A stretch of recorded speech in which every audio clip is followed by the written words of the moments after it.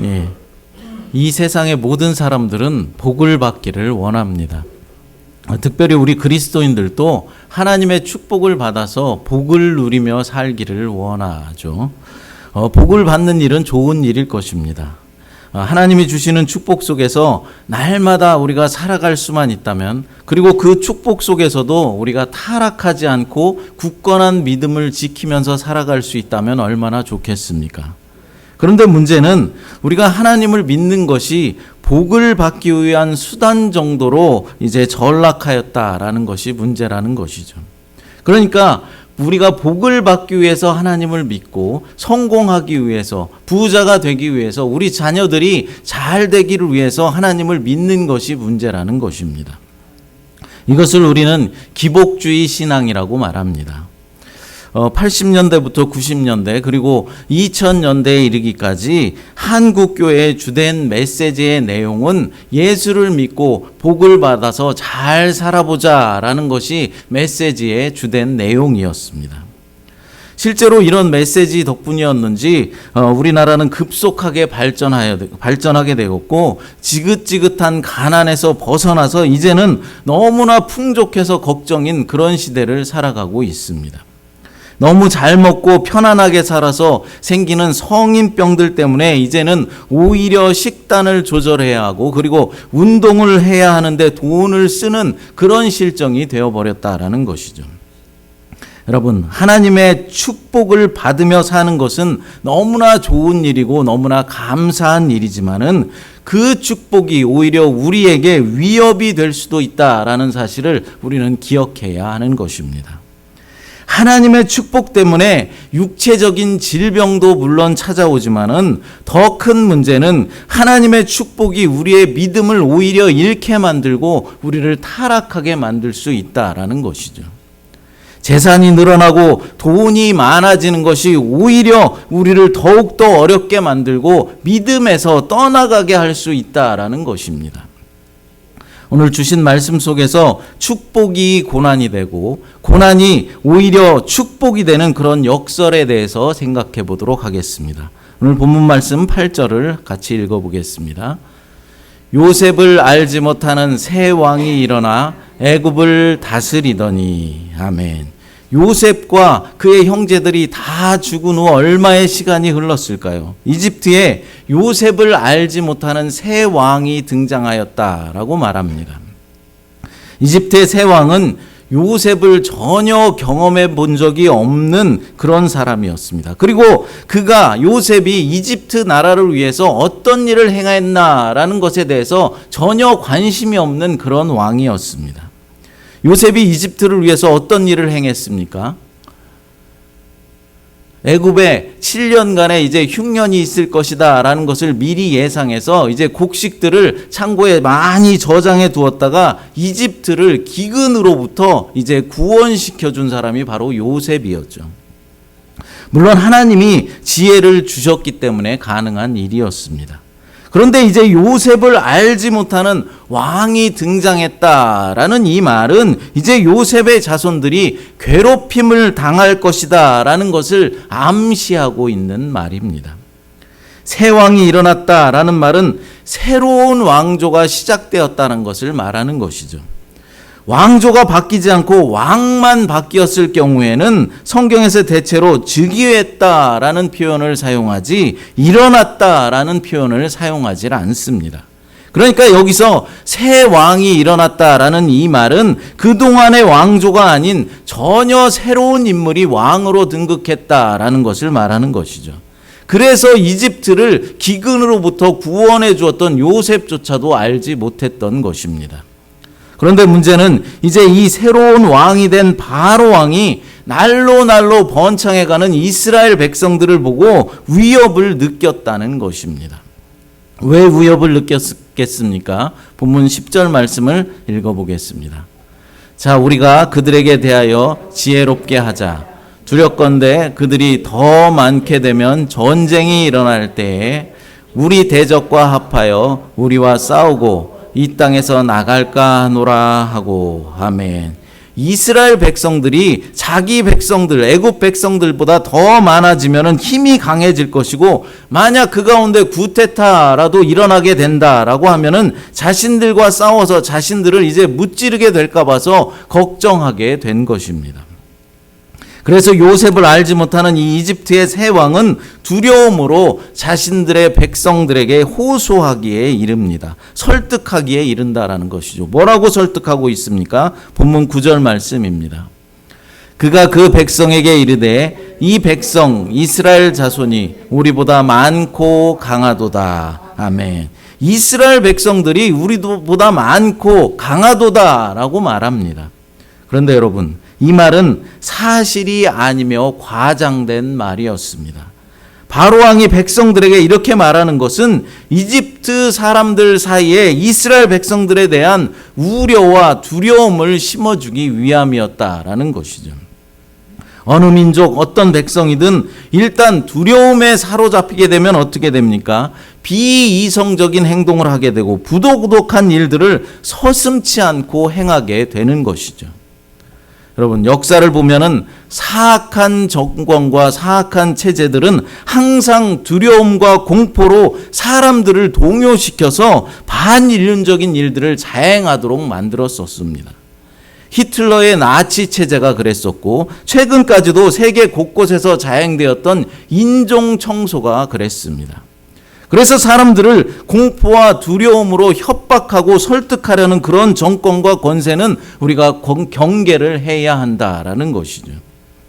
어떤 나라에서 적이든지 어떤 대상이든지를 정해놓고 그것이 우리를 망하게 할 것이다, 그것들 때문에 우리가 죽게 될 것이다 라면서 백성을 두렵게 떨게 하거나 자꾸만 공포 정치를 하려는 것은 오히려 정권을 잡은 자신들이 무언가 캥기는 것이 있기 때문에 그런 것입니다. 자신들의 잘못을 감추기 위해서 사람들의 시선을 다른 쪽, 그러니까 두려움으로 옮기려 하는 그런 수작을 부리는 것이죠. 교회에서도 마찬가지입니다. 교회에서도 이제 곧 하나님의 심판이 임하게 될 것이다, 제대로 믿지 않으면 하나님의 심판을 받게 될 것이다 라고 말하면서 신자들에게 공포심을 유발하는 것은 바른 가르침이 아니라는 것이죠. 물론 하나님의 심판에 대해서 우리가 분명히 말해야 합니다. 그리고 마지막 때가 되면, 종말의 때가 되면 어떠한 일들이 일어날 것이다 라는 것을 우리가 분명히 이야기해야 하는 것이죠. 하지만 성경은 그것만을 말씀하고 있는 것이 아니라 하나님이 우리를 기쁨과 평안으로 인도하고 계신다라고 가르치고 있습니다. 본문에 보면은 바로 왕은 자신의 백성들에게 낭패를 경험하지 않으려면은 이스라엘을 지혜롭게 대해야 한다라고 말하고 있습니다. 그럼 어떻게 하는 것이 이스라엘 백성들을 지혜롭게 대하는 것이다라고 말하고 있습니까? 그는 그것이 폭력과 억압을 통하여서 이스라엘 백성들을 짓밟는 것이다라고 말하고 있습니다. 그러니까 억압과 폭력을 지혜라고 말하고 있는 것이죠. 그럼 이집트의 새 왕 바로가 왜 이렇게 폭력적으로 이스라엘 백성들을 억압하려고 하는 것일까요? 실제로 바로 왕이 걱정하고 두려워한 것은 무엇일까요? 그것은 이스라엘의 도주였습니다. 그러니까 이집트에서 이스라엘 백성들이 탈출해 나가는 것을 실제적으로 걱정하고 있었다라는 말입니다. 바로는 이스라엘 백성에게 통치권을 빼앗길까 봐서 걱정하고 있는 것이 아닙니다. 본문에서 뭐라고 말씀하고 있습니까? 이 땅에서 그들이 나갈까 하노라 라고 말씀하고 있습니다. 그러니까 이집트 땅에서 이스라엘 백성들이 이제 탈출하여 나갈 것을 걱정하고 있었다라는 것이죠. 그런데 이런 바로 왕의 말을 잘 살펴보면은 앞뒤가 참으로 맞지 않는 말을 하고 있다라는 것을 알 수 있습니다. 무슨 말입니까? 그는 먼저는 이집트에 이스라엘 백성들이 너무 많아져서 걱정을 하였습니다. 그런데 돌아서서는 이스라엘 백성들이 이집트를 떠나는 것을 걱정하고 있다라는 것이죠. 이집트 땅에 이스라엘 백성들이 너무 많아서 걱정을 하였는데 그들이 떠나면 걱정할 필요가 없는 것 아닙니까? 그런데 또 그들이 떠나는 것을 걱정하고 있는 것이죠. 우리는 이 말을 보면서 바로 왕의 본심을 확인할 수 있어야 하는 것입니다. 그의 본심은 무엇입니까? 바로는 이스라엘 백성들을 이용할 가치가 있는 노예 노동력으로 생각하고 있었다라는 것입니다. 이 노동력을 가장 안전한 규모로 통치하고 유지하고자 했다라는 것이죠.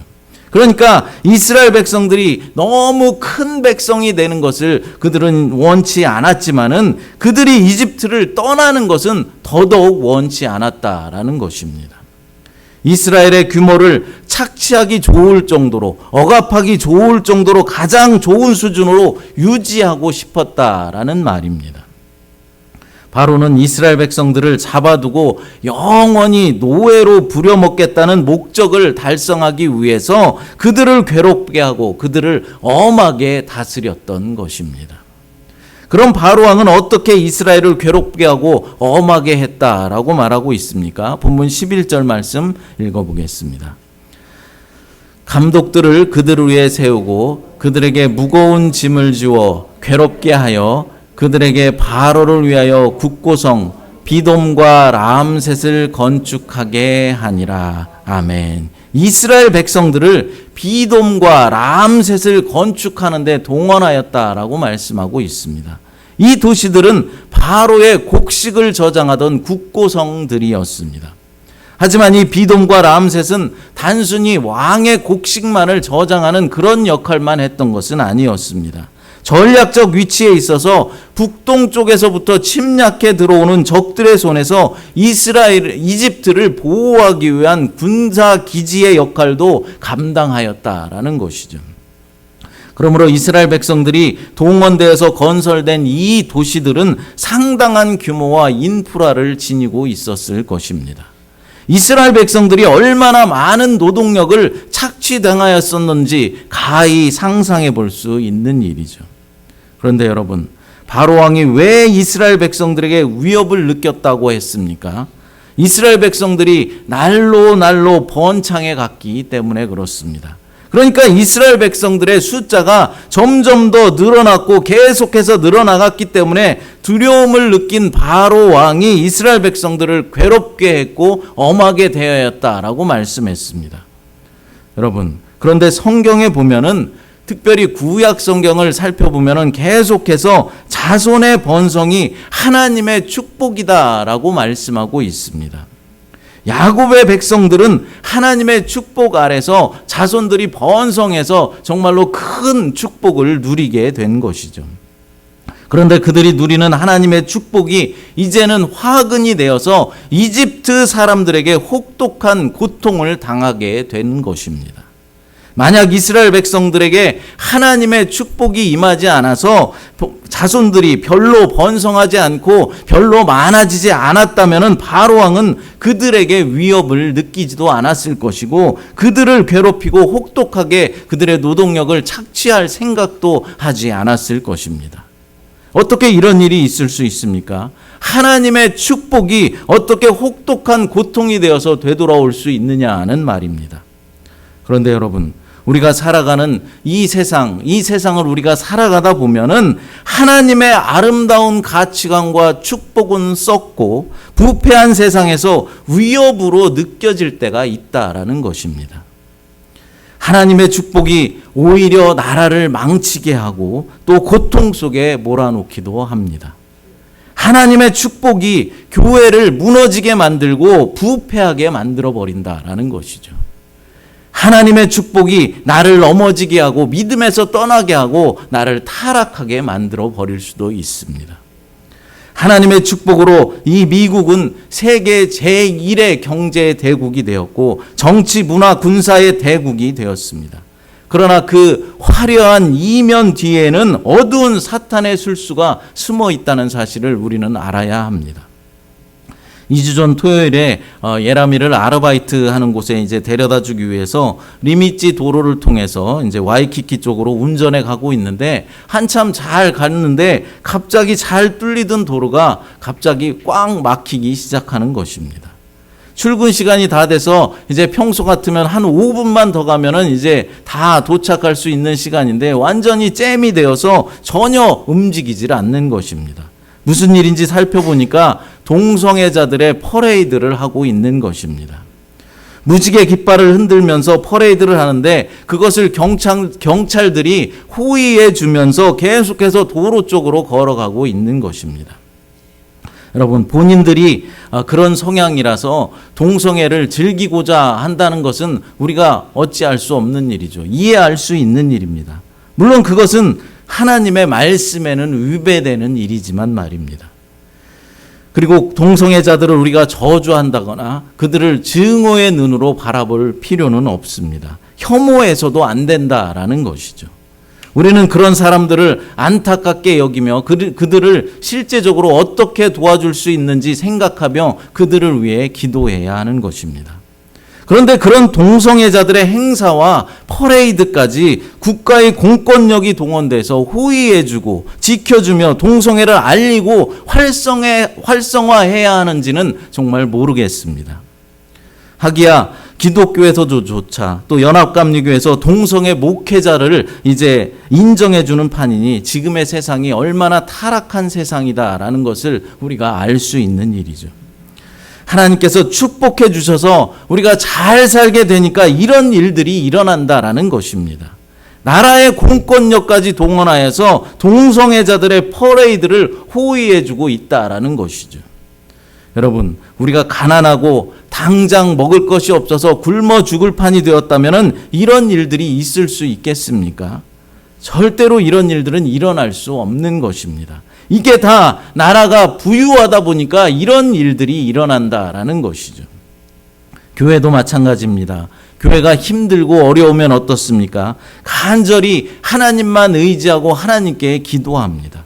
그러나 교회에 이제 돈이 좀 모이고 재정적으로 풍성해지면 어떻게 합니까? 점점 더 타락해가는 교회들이, 부패해가는 교회들이 있다라는 것이죠. 교회 건물을 웅장하고 화려하게 건축하는데 모인 돈들을 사용합니다. 그래서 중세시대에 건축된 교회들의 모습을 보면 어떻습니까? 하나같이 웅장하고 화려한 그런 교회의 모습들을 볼 수 있습니다. 그런데 그 중세시대 때가 우리 교회가 가장 타락했던 시대였다는 사실을 우리는 깨달아야 하는 것이죠. 지금의 교회들도 점점 더 교회 건물을 짓는데 화려하고 웅장하게 짓는데 돈을 쏟아붓고 있습니다. 그 돈을 가지고 가난한 이들을 돕고 또 어려운 나라에 못 먹고 못 배운 아이들을 위해서 사용하면 얼마나 좋고 감사한 일이겠습니까? 그런데 왜 이런 일들이 일어납니까? 교회가 하나님의 축복으로 돈이 많이 모여 있기 때문에 그렇습니다. 여러분들은 어떻습니까? 하나님의 축복을 많이 받으셨습니까? 그런데 여러분, 우리도 보면은 모든 일들이 평안하고 모든 일들이 잘 돌아가고 있고 어려움이 하나 없으면 어떻습니까? 하나님 앞에 기도하지 않습니다. 믿음이 오히려 시들해지고 우리의 믿음이 점점 더 타락해 간다라는 것이죠. 하나님이 나를 성공하게 해주고 부자가 되게 해주셨으면 하나님을 위해서 모든 것을 헌신하고 봉사하고 더 많이 충성할 것 같은데 그렇지가 않다라는 것입니다. 어떤 슈퍼마켓을 하는 집사님이 장사가 하도 안 돼서 하나님께 간절히 기도를 드립니다. 하나님, 우리 슈퍼마켓이 장사가 잘 되게 해주시면 헌금도 더 많이 주님 앞에 드리고 하나님의 일을 위해서 헌신하고 충성을 다하겠습니다. 그러니까 우리 슈퍼마켓이 좀 잘 되게 도와주십시오 라고 기도를 드렸습니다. 그런데 기도 후에 얼마 지나지 않아서 슈퍼마켓의 손님이 점점 더 늘어나기 시작하는 것이죠. 매출이 오르고 정신없이 이제 바빠지기 시작합니다. 하나님께서 기도 응답을 해 주신 것입니다. 그럼 어떻게 해야 합니까? 하나님께 서원한 대로 하나님의 일에 헌신하고 충성을 다해야 하는데 그렇지를 않더라는 것입니다. 그래서 목사님이 찾아가서 왜 요즘은 교회에 잘 나오시지 않습니까? 기도 모임에 왜 자꾸 빠지십니까? 라고 물었더니 요즘 너무나 바빠서 교회 갈 시간이 없습니다. 라고 대답하더라는 것이죠. 이 집사님은 하나님의 축복이 오히려 독이 된 것입니다. 여러분들의 모습은 어떻습니까? 우리의 모습이 이 슈퍼마켓 사장 집사님의 모습 같지는 않은지 우리는 생각해 보아야 하는 것입니다. 사랑하는 여러분, 우리는 언제나 하나님의 축복이 오히려 우리에게 어려움을 가져다 줄 수 있고 우리의 믿음을 점점 더 약하게 할 수 있다라는 사실을 기억해야 하는 것입니다. 본문의 이스라엘 백성들도 그랬습니다. 하나님의 축복으로 번성한 자손들을 거느릴 수 있었지만은 오히려 그것 때문에 바로 왕으로부터 괴롭힘을 당해야 했던 것이죠. 바로 왕은 이 과정에서 본의 아니게 하나님이 아브라함에게 주셨던 내 자손이 땅의 티끌처럼 많아질 것이고 바닷가의 모래알처럼 하늘의 별처럼 많아질 것이다 라는 이 축복의 말씀에 도전장을 내민 꼴이 되었습니다. 그럼 바로는 하나님의 축복을 막을 수 있었을까요? 아니요, 절대로 그 하나님의 축복을 막을 수는 없습니다. 하나님의 축복이 진행되는 것을 어느 정도까지 방해할 수 있을지는 몰라도 절대로 차단할 수는 없는 일입니다. 본문 12절 말씀 읽어보겠습니다. 그러나 학대를 받을수록 더욱 번성하여 퍼져나가니 애굽 사람이 이스라엘 자손으로 말미암아 근심하여. 아멘. 학대를 받을수록 더욱더 번성하여 나갔다라고 말합니다. 잡초는 밟을수록 더 퍼지고 더 성장해 가는 법이죠. 마찬가지로 이스라엘 백성들도 온갖 억압을 받으면서도 그 가운데서도 번성해 나갔습니다. 그러자 그들은 흙 이기기와 벽돌 굽기와 같은 노동으로 그들을 더욱더 학대하고 괴롭혔습니다. 그러나 여기에도 하나님의 뜻이 있었습니다. 학대가 심하면 심할수록 하나님이 그 짐을 벗겨줄 날도 가까웠다라는 사실이기 때문입니다. 어둠이 짙을수록 새벽은 가까운 법입니다. 역설적이지만 기독교는 세상의 학대가 심할 때 도리어 강해졌습니다. 세상은 강하게 학대하고 핍박하고 학살함으로 순교자들이 많아지게 되면 기독교가 사라질 것이다 라고 생각했지만 그 결과는 어땠습니까? 오히려 정반대였습니다. 짐이 무거워지고 학대가 심해지면 심해질수록 기독교인들의 신앙은 더욱더 순결해지고 타오르는 불꽃처럼 강해졌기 때문입니다. 1991년 10월 20일 미국 동부 이스트베이에 그 큰 불이 일어난 적이 있었습니다. 이 일로 3,000여 개의 가옥이 다 불탔고 25명이 죽었으며 150명의 부상자가 있었습니다. 무서운 화마가 지나간 이 지역은 각국에서 몰려온 예술가들이 모여있던 지역이었습니다. 그중 한 사람 자신의 전 재산은 물론이요 15년 동안 온갖 정성을 기울여 심혈을 기울여서 만들었던 조각작품 20여 점을 몽땅 불에 날려버린 조각가가 있었습니다. 바로 헝거라는 미술가였죠. 그가 겪은 절망과 낙담, 시리는 말로 할 수 없을 정도였습니다. 그러나 헝거는 화마가 핥히고 지나간 그곳에서 새로운 창작 아이디어를 얻어서 활기찬 새 삶을 살기 시작했습니다. 바로 불타버린 쇠붙이와 나무 그리고 열에 녹아버린 알루미늄과 그 외에 여러 가지 금속들을 이용해서 이전까지는 없었던 새로운 장르의 조각품을 만들어내기 시작한 것입니다.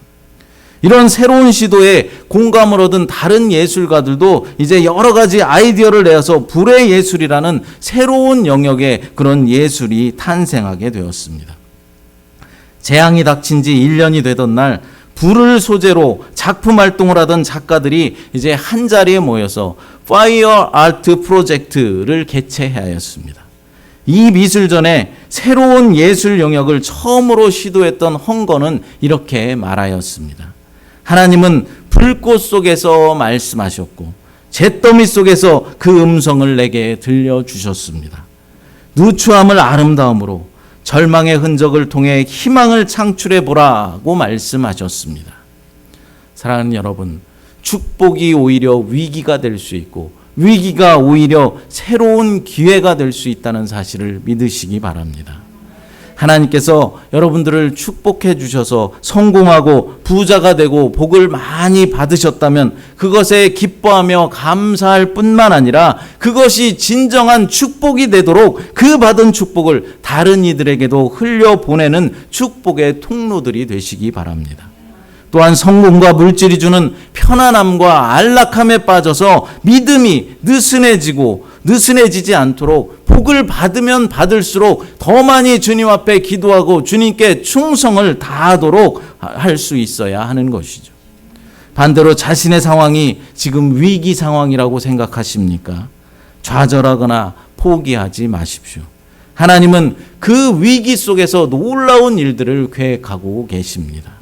이스라엘 백성들이 애굽의 종살이로 고통을 당하였지만 그때 하나님은 그들을 위한 놀라운 계획을 준비하고 계셨습니다. 마찬가지로 저와 여러분들을 향한 놀라운 계획을 가지고 계십니다. 우리 새마음교회를 향한 놀라운 계획을 가지고 계시다는 사실을 믿으시기 바랍니다. 이 시간 찬양 부르시고 함께 기도하도록 하겠습니다. 주 선한 능력으로 찬양 부르십니다. 은혜의 하나님 감사합니다. 우리를 축복하셔서 날마다 좋은 것으로 인도하여 주시니 감사합니다. 하지만 때로 우리는 하나님이 주신 복 때문에 오히려 위협과 위기에 빠질 때가 있습니다. 하나님께서 주신 축복으로 평안함과 안락함에 빠져서 믿음이 느슨해지고 유혹에 흔들리지 않도록 하나님 도와주시옵소서. 또한 우리가 위기에 빠지고 어려움 당할 때 하나님의 나를 향한 놀라운 계획이 있다는 사실을 깨달아서 고난 중에라도 믿음으로 살아갈 수 있도록 하나님 도와주시고 인도하여 주시옵소서. 거룩하신 예수님의 이름으로 기도드리옵나이다. 아멘.